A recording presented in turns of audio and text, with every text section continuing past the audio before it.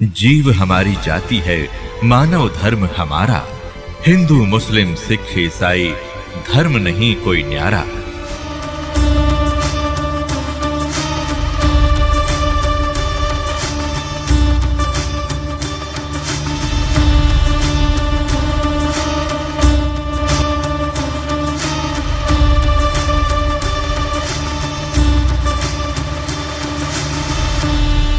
पुण्यात्माओं, परमात्मा की साधना से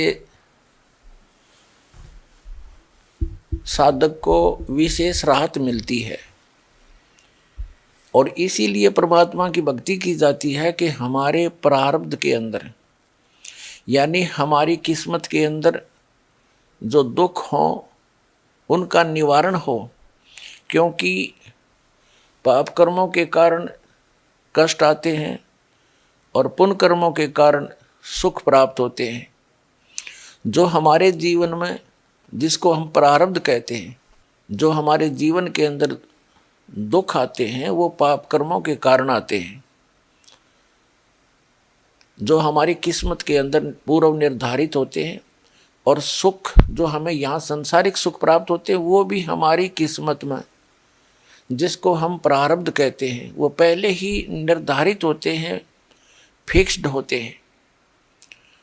तो जो हमें सुख प्राप्त होते हैं हमारे पूर्व जन्म के पुण्यों से होते हैं और जो दुख प्राप्त होते हैं वो भी पूर्व जन्म के पापों से होते हैं। और परमात्मा की भक्ति इसीलिए करते हैं कि हमारे जीवन में आने वाले पाप कर्मों के कारण जो प्रारब्ध के कष्ट हैं, दुख हैं, वो टल जाएं। और यदि भक्ति करते करते भी वो संकट ज्यों के त्यों अटैक करते हैं, कैर ढा देते हैं, तो वह भक्ति गलत है, वो साधना ठीक नहीं है। क्योंकि परमात्मा के गुणों में लिखा है कि परमात्मा की सत भक्ति पूर्ण संत से लेने के बाद पाप कर्मों का नाश हो जाता है।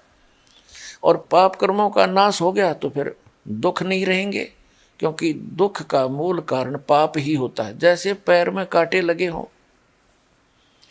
और कांटा निकाल दिया जाए तो फिर दुख रहेगा ही नहीं। और भविष्य में जो हमारा पथ है, रास्ता है, उसके कांटे साफ कर दिए जाएं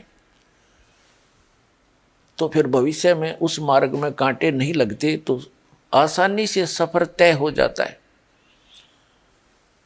तो इसके लिए क्या बताया है कि जो सत साधना हो और पूर्ण संत की शरण हो, पूर्ण परमात्मा अल्लाह अकबर कादिर भगवान यानी समर्थ परमात्मा की भक्ति हो, तो फिर वो क्या करता है कि जो पूरी मर्यादा में रहकर साधना करते हैं भक्त आत्मा, उनके भविष्य के पाप कर्मों का नाश कर देता है। जैसे पति भरता जमी पर जो जो धर है पाँव और समर्थ झाड़ू देत है, ना काटा लग जावे।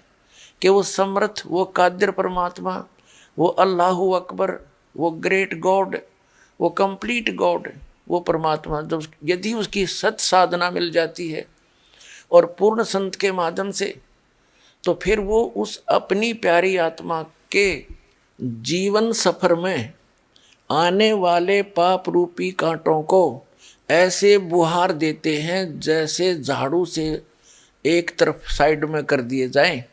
तो कहते हैं पति भरता। पति भरता का अर्थ है एक परमात्मा को इष्ट रूप में मानकर, एक यानी समर्थ उस अल्लाहु अकबर की भक्ति करने वाला, अन्य किसी देव में एज ए इष्ट रूप में श्रद्धा न रखने वाला और सत भक्ति करता हुआ उस अपने जीवन रूपी सफर पर यात्रा कर रहा होता है, तो वो समर्थ परमात्मा अल्लाहु अकबर अर्थात कादिर भगवान ऐसे झाड़ू देता है कि कहीं मेरी प्यारी आत्मा को कांटा ना लग जाए। और यदि भक्ति करते करते भी हमें दुख होते हैं तो भक्ति ठीक नहीं है, वो परमात्मा समर्थ नहीं है, क्योंकि वो आपकी किस्मत में आने वाले दुखों को, पापों को नाश करने में सक्षम नहीं है। इसी का परिणाम है कि हजरत मोहम्मद जी को उस परमात्मा की भक्ति से कोई लाभ नहीं हुआ, क्योंकि उन्होंने कुरान शरीफ के ज्ञानदाता को अल्लाह अकबर मान रखा था। लेकिन वो कुरान शरीफ का ज्ञानदाता सूरत फुरकानी चैप्टर 25 आयत नंबर 52 से 59 में स्पष्ट करता है कि वो अल्लाह अकबर तो कोई और परमात्मा समर्थ उसी की भक्ति के लिए प्रेरणा करता है और कहता उसकी खबर मैं नहीं रखता। यानी कौन? कुरान शरीफ का ज्ञानदाता उस समर्थ परमात्मा अल्लाह अकबर, उस बड़े भगवान की, उस ग्रेट गॉड की जानकारी नहीं रखता, ना उसकी भक्ति विधि से परिचित है। उसने तो सूरत फुरकानी 25 आयत नंबर 59 में स्पष्ट कर दिया है कि ये वही परमात्मा है अल्लाह अकबर, जिसने 6 दिन में सृष्टि रची और 7वें दिन तख्त पर जा बैठा। उसकी खबर किसी बाखबर से पूछ लो, मुझे ज्ञान नहीं। यही कारण रहा कि पूरा मुसलमान समाज इस कुरान शरीफ के ज्ञानदाता को अल्लाह अकबर मानकर भक्ति कर रहा है। उसके द्वारा बताई गई ये नमाज, रोजे और बंग जिसको अजान बोलते हैं, और साथ में ये मांस वगैरह भक्षण करना, ये समर्थ का आदेश नहीं, ये तो इस कुरान शरीफ के ज्ञानदाता के द्वारा बताई गई भक्ति विधि है। और ये समर्थ है नहीं, जिस कारण से हजरत मोहम्मद जी को कोई आध्यात्मिक लाभ प्राप्त नहीं हुआ।